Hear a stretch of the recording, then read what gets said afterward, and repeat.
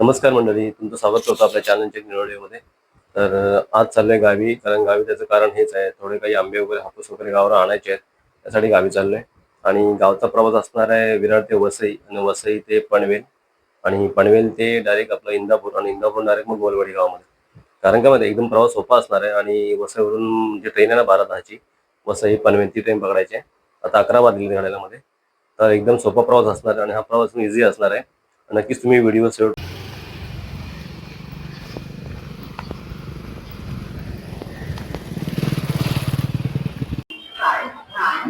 फक्त 20 रुपयामध्ये पनवेल जाते, वसई ते पनवेल.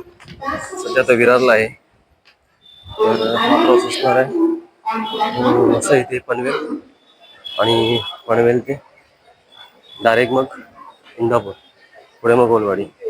चला लागूया प्रवासाला. सध्या विरार स्टेशनला उभा इकडे, ट्रेन बघतो कोणती आहे ती. 11:15च्या अंदर दिसतोय कोणची एंड्रा आहे. चला भेटते बघूया आणि वसईला उतरूया. वसईवरून डायरेक्ट पनवेलला जाऊया 2 ते 2:30 पर्यंत.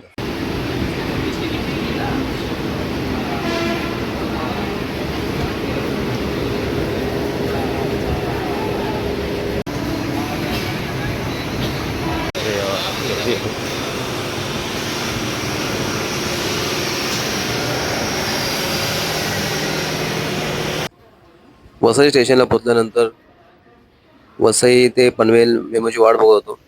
त्यानंतर मेमो आल्यानंतर मी प्रवासाला सुरुवात केली आणि नायगाव या ठिकाणी जुचंद्र या ठिकाणी जात होतो. त्यामध्ये ज्या भूमिपुत्राने जागा सांभाळली होती नायगावकरांनी, त्यावरती मिठाची शेती करण्यात आली होती.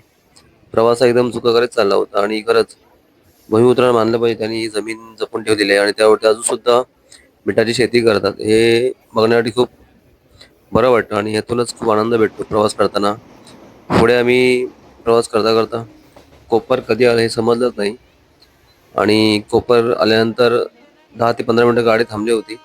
काही लोक पटरी क्रॉस करत होते आणि काही लोकांचा आरडाओरडा चालला होता, कारण की त्यांना परत खाली उतरून सेंटर लाईनला जायचं होतं. म्हणून ही घाई असते कोपरला ट्रेन थांबल्यानंतर, कारण खालच्या बाजूला आहे ठाणा स्टेशन, उतरून जावं लागतं.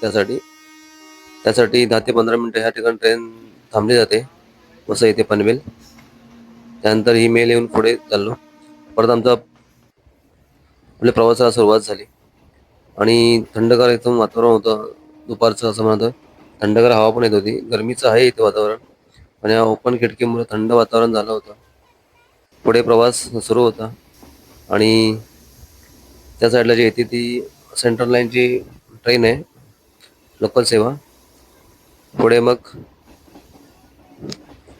20 रुपयात प्रवास करणं म्हणजे सोपायचं आहे, एकदम कमी खर्चामध्ये प्रवास आहे हा वसई ते पनवेलपर्यंत.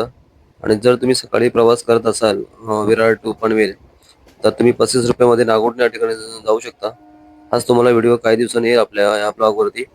तो पण माझा नेहमीचा प्रवास आहे, आणि ह्या प्रवासाला खूप मजा येते. आपल्या देशामध्ये म्हणायला गेलं तर मुंबई असं शहर आणि महाराष्ट्र या ठिकाणी स्वस्त म्हणजे प्रवासामध्ये खर्च होतात. गव्हर्नमेंटला सुद्धा हे परवडतं या गोष्टी. आणि हा रंगबिरंगी ह्या बिल्डिंग या पनवेल या ठिकाणी म्हाडातर्फे बांधलेल्या आहेत. खरंच त्या बोलता बोलता कधी पनवेलला ते समजलं नाही. पनवेलची गर्दी पाहून एकदम थक्कच झालो. एकदम कडक ऊन पडलं होतं. दुपारचे काहीतरी 2:30 ते 2:45 वाजले होते, कारण 12-10ची ट्रेन वसईवरून सुटते. ती पुढे पनवेलला 2:30 पर्यंत पोहोचते. कारण मध्ये कोपर या ठिकाणी 10 ते 15 मिनिटं गाडी थांबली होती. परत पनवेल या ठिकाणी नवीन जे जुनं होतं प्लॅटफॉर्म, ते आता नवीन तोडण्यात येतं. परत नवीन काम चालू केलंय या बाजूला, आजूबाजूला. आणि दुपारचं एकदम कडक उन्हात आम्ही प्रवासाला सुरुवात केली होती. परत पनवेल जे डेव्हलपमेंट होतं एकदम, आणि पनवेलला डेपो गेल्यानंतर ही अफाट गर्दी कोकणकरांची. कारण कोकणात जाणं, त्याच्यानंतर मी पनवेल टू महाड ही एस टी पकडली महामंडळाची. 170 रुपये तिकीट काढून डायरेक्ट प्रवास होता इंदापूरपर्यंत, आणि पलसपे फाटा गाठल्यानंतर डायरेक्ट आम्ही चाललो मग गोवा हवेला. आणि जी गाडी सुसाट चालली होती, ड्रायव्हर सुद्धा, कंडक्टरने सुद्धा तिकीटं काढून परत डेपोमध्ये गेले होते. फक्त ड्रायव्हर होते आमच्या प्रवासामध्ये. पुढे मग प्रवास करता करता थोडीफार झोप लागत होती शांतपणे, आणि पुढचा प्रवास झाला आमचा मुंबई ते पनवेल ते इंदापूर. 170 रुपयात स्वस्त आणि मस्त प्रवास आमचा चालला होता माझा. काही स्टेशन येत होती पुढे. घंटा आला प्रवास माहिती आहे, दुपारी निघालो ना. दुपारी इथून गेलो 12:05 पकडली. ही आपली वसई पनवेल पकडली. 12:10 वसईवरून पनवेल आलो. पनवेलची मध्ये महाड पकडली, खेड पकडली. खेडनी मग इथं इंदापूरला होतो. इंदापूरला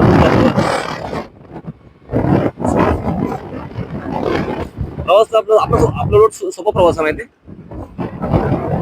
आमचा प्रथम मी 11 बाहेर पडलो घरातून. हा काय हा हे म्हणजे त्याला त्याला आता तास लागतं. आपला प्रवास लय सोपा आहे एकदम इझी आणि सोपा.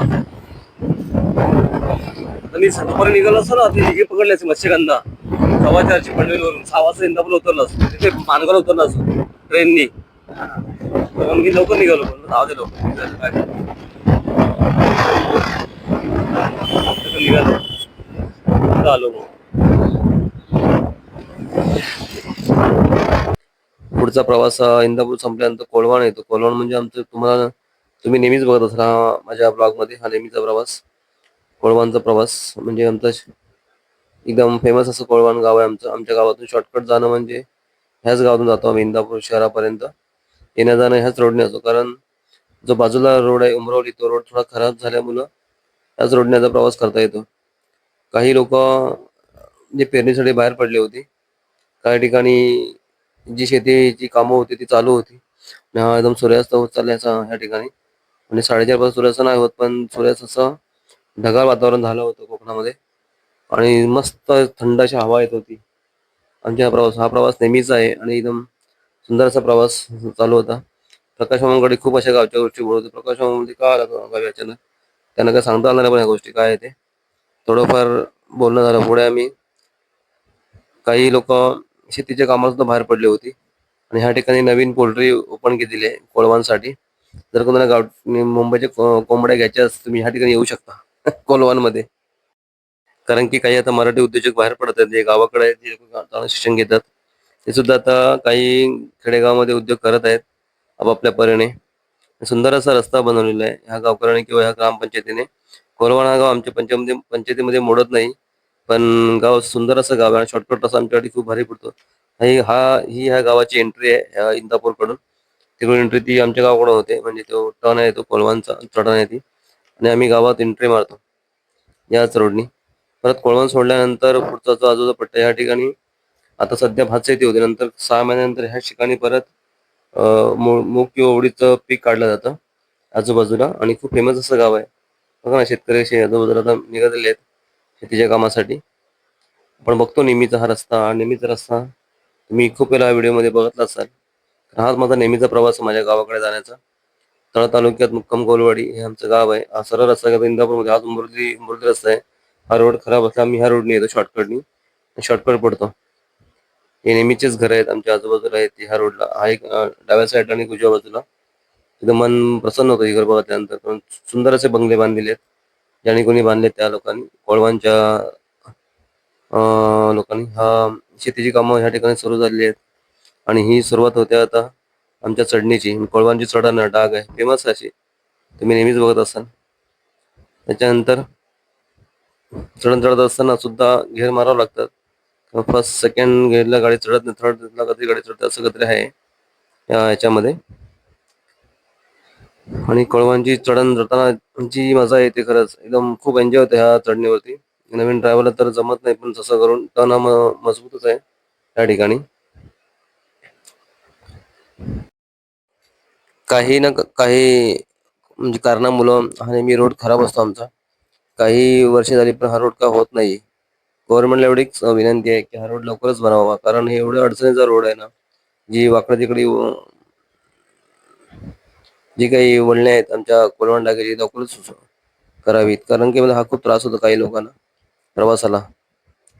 आणि ही कोल्हांची डाग चढल्यानंतर पुढे म्हणजे कळसामडे रोडला लागतो. कळसामडे म्हणजे आमच्या गावाचं एकदम जवळचंच गाव. सर्व नातेगोती म्हणता येणार नाही, पण एकदम मित्र वगैरे सर्व ह्याच गावातले, कारण खूप काही मेसरी लोक ह्याच गावातून होऊन गेले आहेत.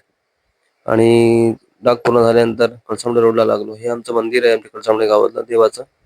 मंदिराच्या पाया पडल्यानंतर पुढे परत कळसामडे रोडला लागतो आणि काहीच मिनिटांमध्ये कळसामडे येणार आहे.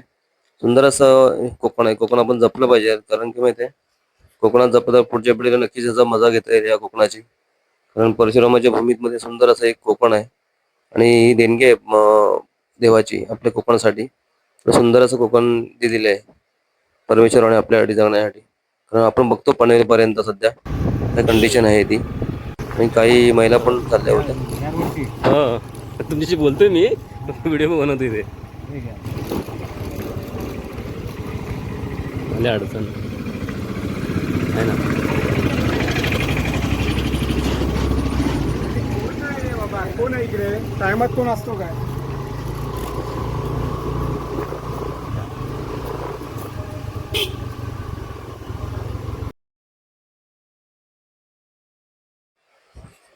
कळसांबडे गाव सोडल्यानंतर आम्ही लागलो आमच्या गोलवाडी गावाच्या रोडला. कारण कळसांबडे इथून आमचं गोलवाडी कम से कम 4 ते 5 किलोमीटर गाव आहे.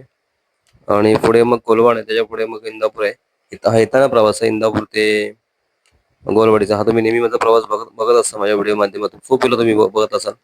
तरी पण परत परत परत मी एकदा ह्या रोडचे व्हिडिओ बनवत असतो आमच्या गावाकडचे. हे आमचे मेसेंजर झाले संदीप मेसरी. काही महिन्यापूर्वी आम्हाला सोडून गेले याच आमच्या कळसांबडे गावातून. आणि मित्रांनो, खरंच ह्या गोष्टी जपून ठेवल्या पाहिजे आपण आपल्या कोकण पट्ट्यातल्या.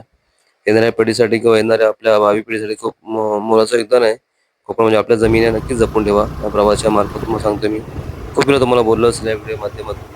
कारण ही काळाची गरज आहे. भरपूर शाहीर असे म्हणतात की परशुरामाच्या भूमीत सुंदर एक कोकण आपण जपलं पाहिजे. आणि नक्कीच मित्रांनो, तुम्हाला व्हिडिओ आवडल्यास ना व्हिडिओला लाईक करा, शेअर करा, कमेंट करा आणि चॅनलला सबस्क्राईब करायला विसरू नका. तोपर्यंत आपण अशा लवकरच व्हिडिओ घेऊन येत राहू. प्रकाश काका मामाकडे बोलता बोलता कधी गाववाळे कळलंच नाही. ही आमची बोंडग्याची डाग आहे, ही पण सुद्धा खराब झालेली आहे. उतरण म्हणजे आमच्याकडे फेमस आहे आणि हे आमचे मित्र आहेत, मिसळे आहेत, ते इकडचे स्थानिक येतात कधी कधी आमच्या गावाकडे.